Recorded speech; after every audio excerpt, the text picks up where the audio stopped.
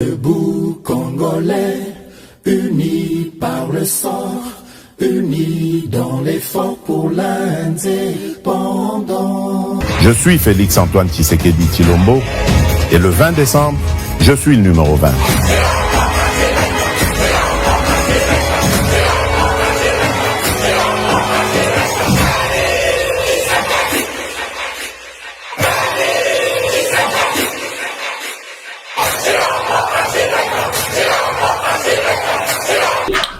Boye malamu na GCAM Télévision, fidèles abonnés, chers internautes, Nazana Sengwa Koyeba Bino, Ebele na Bolandi, émission Debout Congolais. De partout vous vous trouvez à travers le monde, Samba Olonga, Azana Sengwa comme d'habitude, ya Koyeba Bino, Ebele na Bolandi, émission na Bino ya ba éclairé, Debout Congolais. Merci na confiance na Bino, merci pour la fidélité na Bino. Si vous n'êtes pas encore abonné à cette chaîne, et Sengel Nabino Kosala Yango, abonnez-vous, partagez massivement, envoyez-nous vos commentaires depuis Wapi Bolanda Kabiso. Merci déjà à tous ceux-là qui participent à cette émission. Et ça fait déjà plus d'un an. Oyo Bolanda Samba Olonga na plateau Nabino ba éclairé. Vous continuez Kosala Yango en partageant massivement cette information ou ces informations. Justice Yanzambe irataka mukolo mokote, justice Yanzambe moto mokote aishapaka na contrôle nango elinkolo baete yo esingeli osalaka malamu nazalaka pasteur ya mwete mission e banda pona ko rappeler biso nyonso ete monso to salaka na se ya moyo yo ezaka na litomba to pe lifuti na yango. Alors salaka ka malamu même ceux qui bazomona yote yeba yango que tôt ou tard tu finiras par récolter les fruits de tes actes. Félix Tshisekedi ne se rendra pas à Dubaï, c'est la décision qu'a pris le président de la République suite à son agenda chargé.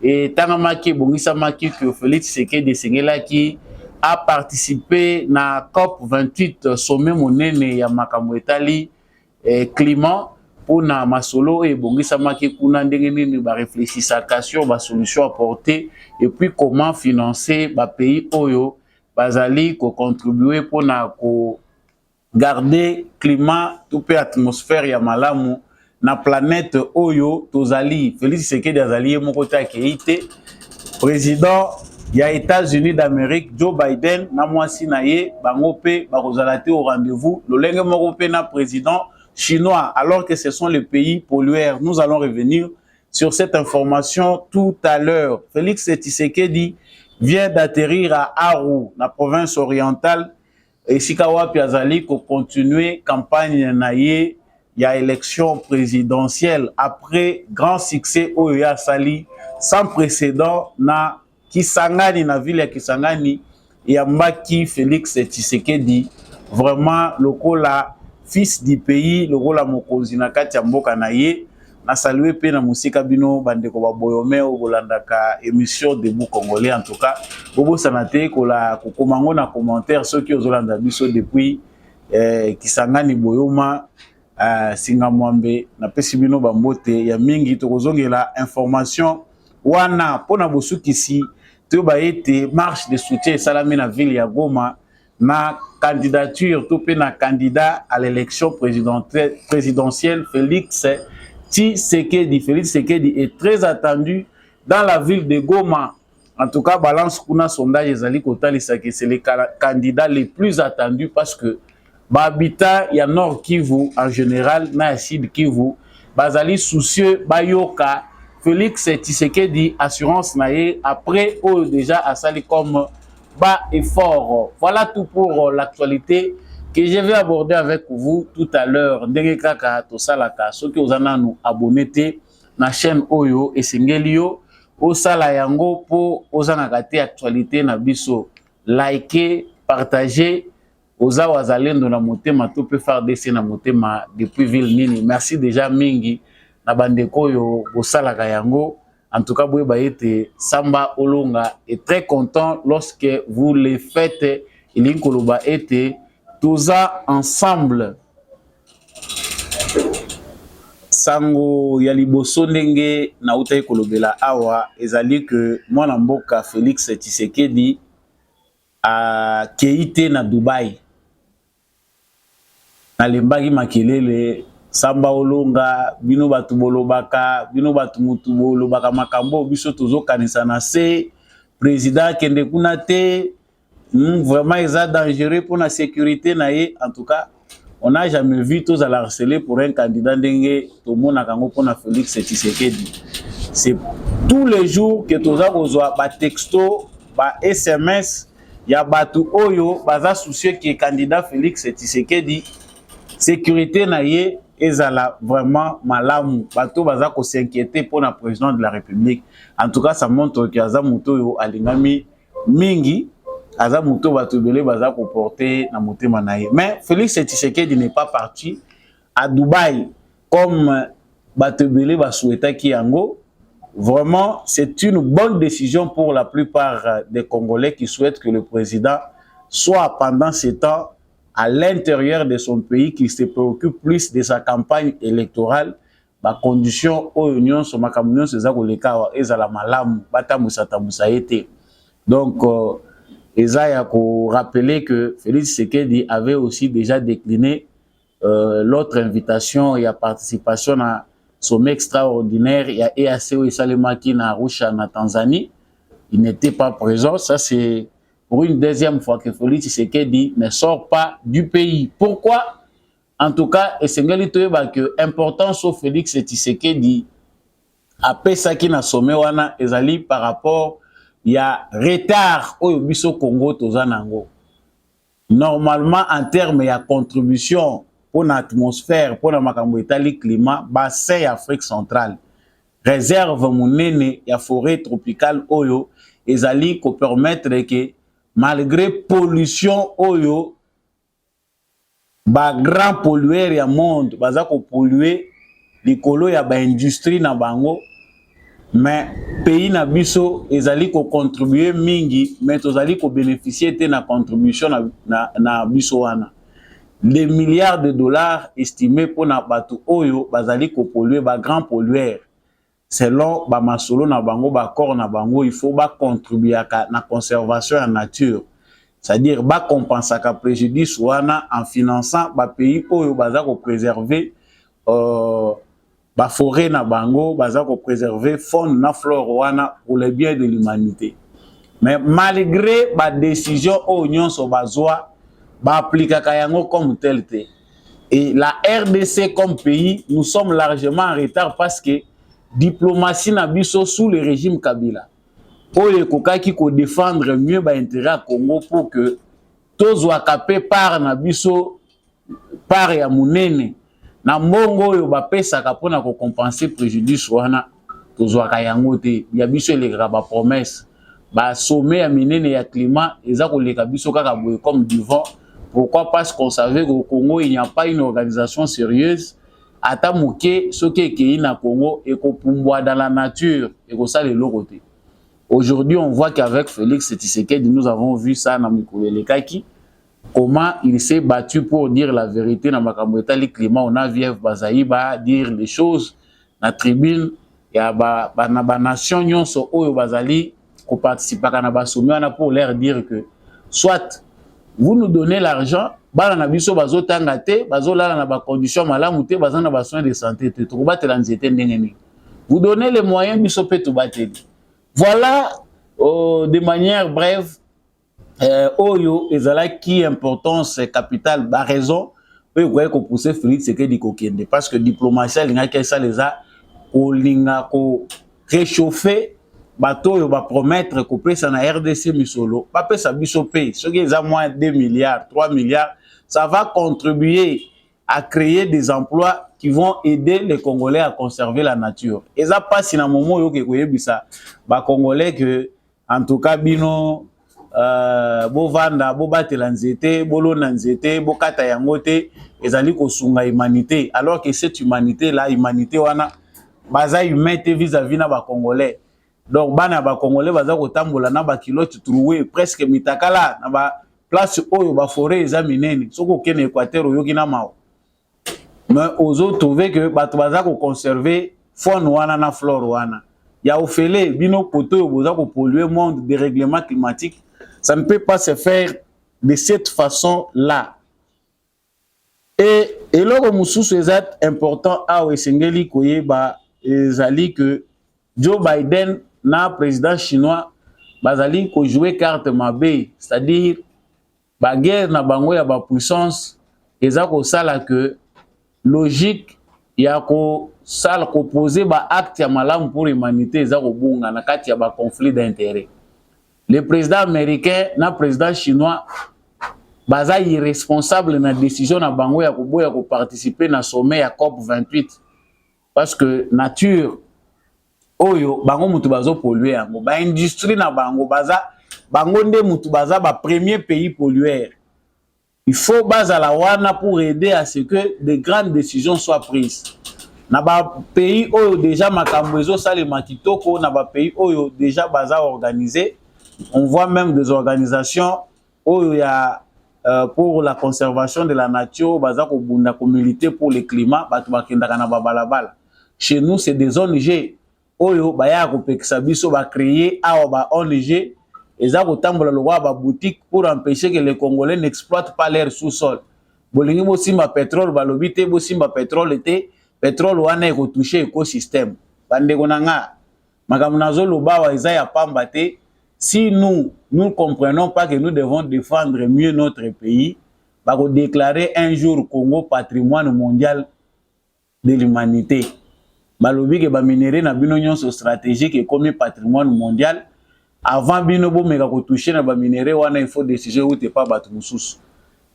Ce n'est pas une façon d'être pessimiste, c'est nous dire que pour nous biso to lalaka et que ça là que biso donc vous allez sous-soutenir na droit na sol na biso. D'ailleurs, c'est que Félix Tshisekedi fait ya mou de ça là que tu retrouver mboka na biso. Félix Tshisekedi pas parti à Dubaï. En tout cas, une bonne décision. C'était un peu ça l'essentiel.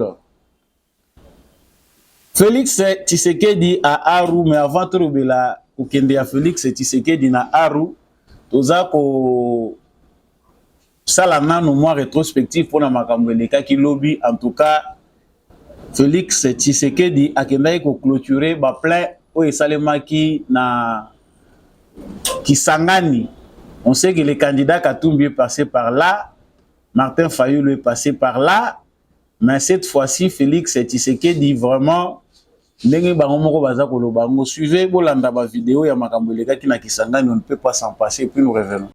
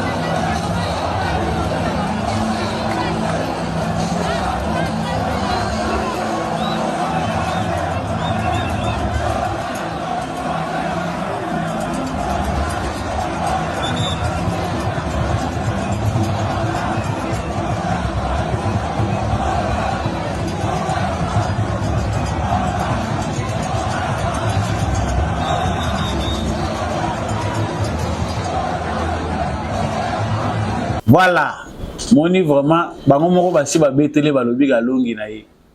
Eza pour la mobilisation à union sacrée parce que tout le monde ba débat ils balobi non, eza effort il y a union sacrée ezali bato po bato ebele ba militer ba mobiliser non Kisangani depuis longtemps pour ma chère à Etienne Tshisekedi Kisangani ezalaka ville martyre Kisangani eza ville moko historique na ba makambo ebele sur le plan politique. Même quand Etienne Tshisekedi le père de Félix Tshisekedi était en vie Kisangani ezalaki toujours acquis na cause ya lutte na ye. Donc Félix Tshisekedi aza kokita na Kisangani ndenga akitaki wana sali marée humaine parce que les gens se mobilisent, mais c'est parce que l'histoire nous démontre que ville wana ezali na histoire munene et Félix Tshisekedi outre aussi le travail abattu par ses alliés a quitté vraiment avec beaucoup d'espoir. La population a vraiment beaucoup d'enthousiasme pour ces candidats na Boutou. Donc bazo yembela ye alongi na ye c'est les seuls candidats où yazo pesa biso ambiance hors du commun partout azako lega bazako senga ye pesa mama bis. C'est qu'on sait que c'est un président naturel, un président qui a démystifié les postes présidentiels. Le président a roboté. Le président doit se promener avec sa femme, tout le monde a fait couple présidentiel. Mais ba candidat président tozako zwaka bazo sunga bisote. Bazako sunga bisote to renforcer lien à famille. Notre président, dès le début, dès le lancement de sa campagne, a présenté biso mwasi naye, bana naye, voire bakoko naye. Ils étaient là. Ceux qui sont capables de représenter biso même bakoko naye, ils sont capables de représenter biso même bana naye. Mais présenter biso à ta maman. Voilà aussi un argument qui joue en défaveur de Moïse Katumbi. Voilà aussi pourquoi Goma n'a pas bien accueilli Moïse Katumbi. Voilà pourquoi le Nord Kivu et le Sud Kivu, les électeurs rebelles vont Katumbi. Ça pèse lourd dans la balance. Tshisekedi qui est reçu partout, présente la première dame, présente sa femme, Maman Denise Nyakeru. C'est qu'une bonne chose, les Congolais se sentent rassurés quelque part. Il n'y a pas comme seulement argument à la campagne, parce que je viens, je vous présente un programme. Apoye Mutazako Kamba, à Kokikoye Labino, Koche Labino, Kurantengane Muna Koche Labino. Non. Dans une campagne électorale, lorsqu'on réfléchit pour voter un candidat, en dehors du bilan, en dehors des promesses, des projets de société qu'ils peuvent nous présenter, il y a une autre dimension. On ne peut pas quand même voter un étranger et faire de lui un président de la République dans un pays si convoité.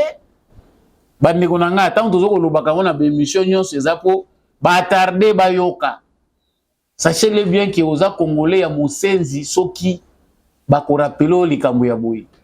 Tu as 40 ans, tu as 45 ans, même animé de la haine. Mais il y a une histoire pour aller voter, voter la. Donc, Félix Tshisekedi poursuit sa campagne électorale à Zako Kende na minito yo auti kokita na aru ndenge bozomona ngona bilili. C'est toujours dans la province orientale na Isiro. En tout cas, il continue bien sa campagne dans la province orientale. Ndenge azali ko continue ko sala yango. C'est un bon signe pour la campagne parce que l'incident va te brûler outre l'incident qui a causé la mort à un militant ou je ne sais pas comment dire où il a parti ensemble à Katumbi campagne électorale oyo ezana no mabete mais tomoni makambo eleki lobi na Kalemi ezali kota lesaki il y a des candidats qui veulent qu'il y ait des tensions pendant la campagne. Moïse Katumbi qui normalement devait progresser de l'autre côté parce que Zali province oya vendre la gâté. C'est ça obligé de se replier dans l'espace Grand Katanga. Lobby après Kamina où on a vu que des chansons hostiles, cortège ya Katumbi bazako kende bazako yemba ba chansons hostiles contre Bakasayen. Bazonga et pas na bango, on ne sait pas si le Katanga est une république. C'est tout ce qu'on pouvait suivre comme message là-bas. Pourquoi Moïse Katumbi s'est encore replié là-bas? Donc, on sait que ça peut-être un poison à souffle, mais il continue un espace Grand Katanga. Qu'est-ce qui s'est passé?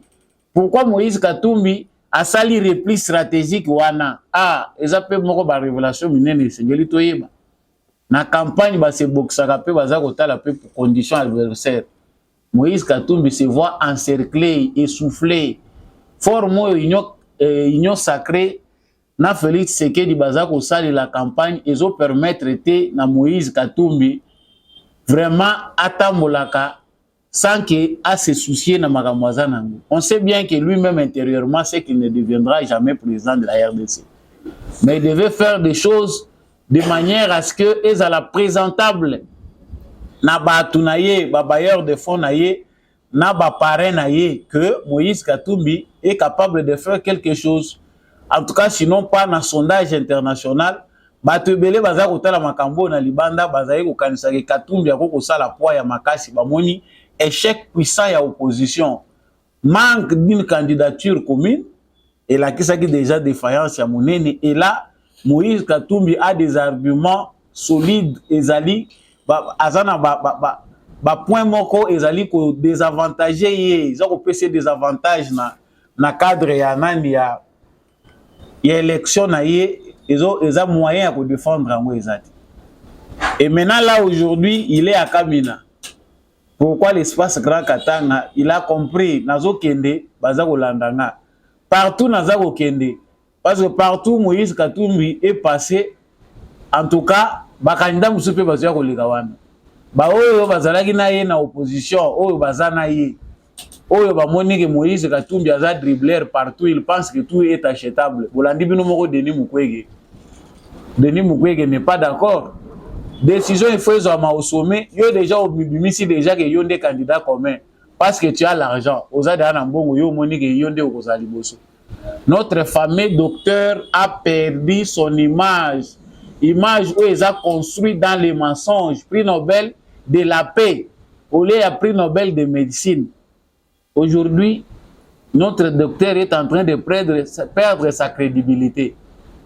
Ayebi déjà que ceux qui n'a sangani na Katumbi, nous allons la noyer ensemble au nom de la crédibilité malgré il faut natika na nga ata chemin solitaire ata na 1% pourvu que na kende koko ya tena mutoyo a déjà qualifié d'étranger. Ça n'a pas marché les plans. Et là Moïse Katumbi qui se retrouve seul, c'est qu'il est encerclé de partout. À vrai dire, il faut comprendre que outre les camps de Tshisekedi de l'Union sacrée, c'est comme si tout le monde se concentrait contre un individu qu'il faut mettre dehors. Il s'appelle Moïse Katumbi. Et tout Congolais pense que tout entre biso, mais il n'est pas question qu'un étranger vienne nous gouverner parce qu'il s'agit de problèmes congolais. Problèmes congolais. Comprenons, chers frères, chers téléspectateurs, que l'enjeu électoral ils ont facilité. Dans la campagne électorale, tu sais que des démocrates à solo. Ou ta makambo élection et bandi na Congo, na nous tozoa débat démocratique ya boité. Au sentir que na opinion, argument ils ont s'affronter. Et au moins argument ils ont l'écolo et fini candidat mususu. Ça, c'est un bon exercice de démocratie. To lingite batuba papa na machette, pe ça argument. Ndeko amoni que ce que toko benga yende kona biso toko benga yenani repli stratégique mbangu na Kalemi mbangu na Kamina aller raviver les tensions tribales parce que c'est là où se repose la stratégie de Katumbi. Katumbi doit beaucoup se concentrer au Katanga, c'est parce que les sika oyo bavandisi siège ya manipulation na bango. J'ai dit hier, ils ont reproché na propos séparatistes. À un moment, il faut dire la vérité pour que nos frères se corrigent. Pour une manipulation mingi, où ils ont toujours la tendance à diviser les Congolais et les par Katanga. Ce ne sont pas des propos séparatistes. On voit bien ici que l'argument principal, stratégie mounene ya Moïse Katumbi, est vendu na stratégie à tribaliser ma politique. Je ne sais pas si les termes conviennent d'Ingewan. Donc, on espace grand Katanga, il faut être trouble. Et ceux qui nous suivent de l'extérieur savent que la division des Congolais leur profite. Chaque fois que Bissot a devant destin à Bissot pour tout décider, Bissot en tant que Congolais, il y a des gens qui nous viennent toujours dans le conseil. Non, tant que voilà, au Congo, ça ne va pas, il y a insécurité. L'Union européenne a qui mis insécurité. Oh, tout le monde a un problème, il faut résoudre. Bon débarras. Le gouvernement congolais, on peut silence et foutre. Le gouvernement congolais regrette. Nous, on n'a pas besoin de ça. Un moment, Moutouaké n'a pas de silence pour répondre à tes côté. Il s'agit des affaires congolaises. Mais le roi va montrer que plan à Bango est simité. Les candidats sur qui reposent leurs espoirs et leurs calculs, Aza na pente, moyen Asimba Malamu, Ezate. Et qu'est-ce qu'il faut faire? Mais vous créez des problèmes. Chers Congolais, vous aurez compris. Goma est sous le fait, il y a Félix Tshisekedi, Kuna na Goma, ndenge boza komona ngo na ba image à Goma de jeunes gens, ba militants indépendants, il y a parti politique, ba sangani baza ko sala marche na bango ya soutien pour na candidat Félix Tshisekedi. Ça fait la joie d'avoir une telle conscience. Merci Bantoto ya Goma, Bantoto ya Bukavu et partout où vous avez compris que na période de guerre, on ne change pas l'équipe qui gagne. Dans des pays où il y a mature, on ne fait pas ce genre de débat. Non, Félix Tshisekedi ya salinini, et guerre en ouest Kassilisiango, est-ce que tout ça sala nini? Nous voulons remplacer Félix Tshisekedi par qui? C'est lui qui viendra de par ce qui est déjà fait. Est-ce que Zali bon raisonnement ya kokanisa ke na moment où tu peux changer Tshisekedi face à une telle réalité et puis la dimension bitumbe komi? Les gens raisonnables vous diront que non, c'est pas possible à ce stade.